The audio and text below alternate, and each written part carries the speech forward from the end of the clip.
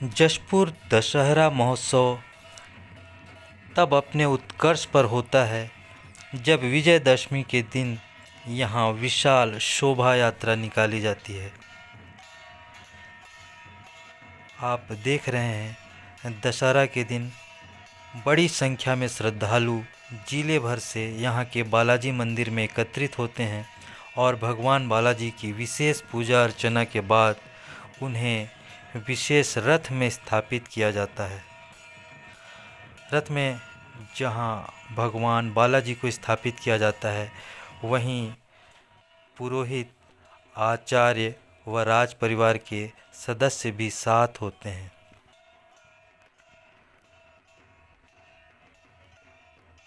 प्राचीन रियासतकालीन परंपरा के संदर्भ में बताया जाता है कि पिछले 1000 वर्ष से यह परंपरा चली आ रही है। भगवान बालाजी के मंदिर से जब शोभा यात्रा निकलती है तो यहाँ हजारों की संख्या में श्रद्धालु व जशपुर जिले सहित आसपास के राज्यों से लोग दशहरा जशपुर देखने के लिए शामिल होते हैं। बालाजी मंदिर से निकली यह यात्रा जशपुर के रणजीता मैदान में नगर के विभिन्न स्थलों से होते हुए पहुंचती है। रणजीता स्टेडियम को रैनी डांड के रूप में भी जाना जाता है और यह वर्तमान नाम रणजीता स्टेडियम के रूप में जाना जाता है। यहाँ कृत्रिम लंका का निर्माण किया जाता है जिसमें भव्य रावण सहित कुंभकर्ण, मेघनाथ व अहिरावण के पुतले होते हैं। जब शोभा यात्रा रणजीता स्टेडियम पहुंचती है तो सबसे पहले हनुमान के द्वारा कृत्रिम लंका में आग लगाया जाता है। फिर रामायण के क्रम में रावण का भी अंत होता है। अब यहाँ आतिशबाजी आदि की परंपरा भी प्रारंभ हो गई है। रावण दहन के दिन ठीक दहन के बाद अपराजिता पूजा का भी यहाँ विशेष महत्व है जिसे आचार्य व राज परिवार के सदस्य करते हैं। आम लोगों की भी इसमें भागीदारी होती है। अपराजिता पूजा के पीछे मान्यता है कि रावण वध के पूर्व भगवान श्री राम ने अपराजिता पूजा की थी। दशहरा के दिन अंतिम कार्यक्रम के रूप में रणजीता मैदान में भगवान के रथ से नीलकंठ पक्षी के उड़ाने की परंपरा है। अपराजिता पूजा के ठीक बाद नीलकंठ उड़ाने की परंपरा है। बताया जाता है कि विशेष बैगा के द्वारा यहाँ के बालाजी मंदिर में सबसे पहले नीलकंठ लाया जाता है जो झांकी में निकले रथ में ही इसे यहाँ तक पहुँचाया जाता है।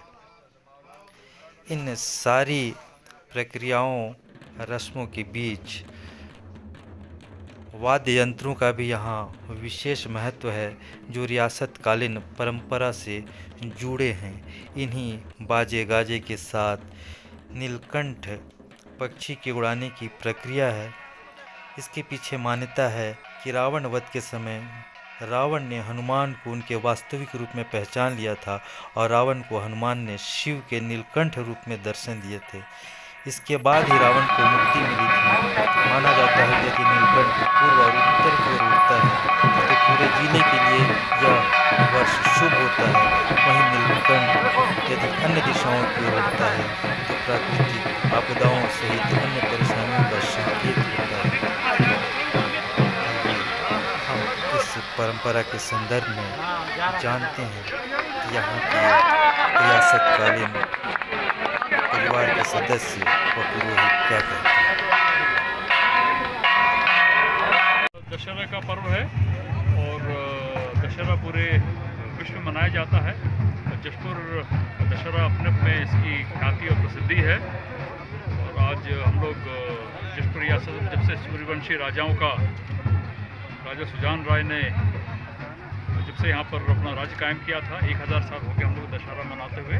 आज उसी उपलक्ष्य में हम लोग यहाँ पर उपस्थित हुए हैं और अभी रावण दहन करेंगे। इसकी भव्यता पहले बहुत हुआ करती थी, पर केंद्र सरकार और प्रदेश सरकार और जिला प्रशासन के डायरेक्शंस को देखते हुए, कोरोना काल को देखते हुए हम लोगों ने इसकी भव्यता को कम कर दिया है। पर परंपराएं कम नहीं हुई है, जो भी अनुष्ठान होते थे वो पूरे हो रहे हैं। धन्यवाद।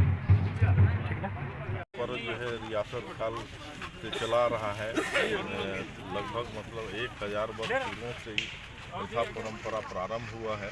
और दशहरा के दिन विशेषकर नीलकंठ का दर्शन करना आवश्यक होता है। राजा नीलकंठ को छोड़ते हैं, पूर्व दिशा और उत्तर दिशा की ओर नीलकंठ उड़ता है, तो उसको बहुत शुभ माना गया है।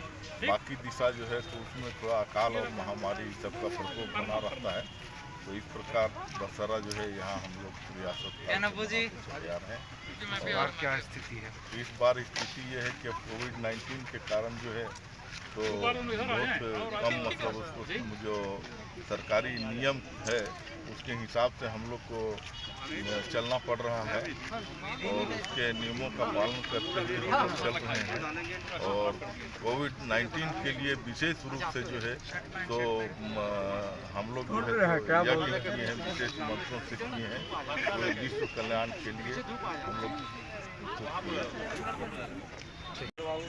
जशपुर का दशहरा हमारा यहाँ पे 9 दिन का चलता है और इस समय में हमारे यहाँ बालाजी मंदिर में और देवी मंदिर में दोनों समय हवन होता है। और ये जो हवन है वो हमेशा तांत्रिक और सात्विक वैदिक दोनों विधि से होता है। तो इससे हमारे पूरे जशपुर की जनता को शक्ति प्रदान होती है। खास करके हमारे जशपुर दशहरा के समय में, जो आज दशहरा के दिन हम लोग यहाँ रणजीता मैदान में उपस्थित हुए हैं, रावण दहन के बाद हमारा काम विभीषण को गद्दी देने का होता है और उसके बाद हम लोग नीलकंठ का दर्शन करते हैं, क्योंकि नीलकंठ का दर्शन करने को शुभ माना गया है। और खास करके यदि यह पूर्व दिशा की ओर घूमे तो हमको ये माना जाता है कि इस क्षेत्र में वर्षा अच्छी होगी, कोई महामारी नहीं होगी, किसी प्रकार का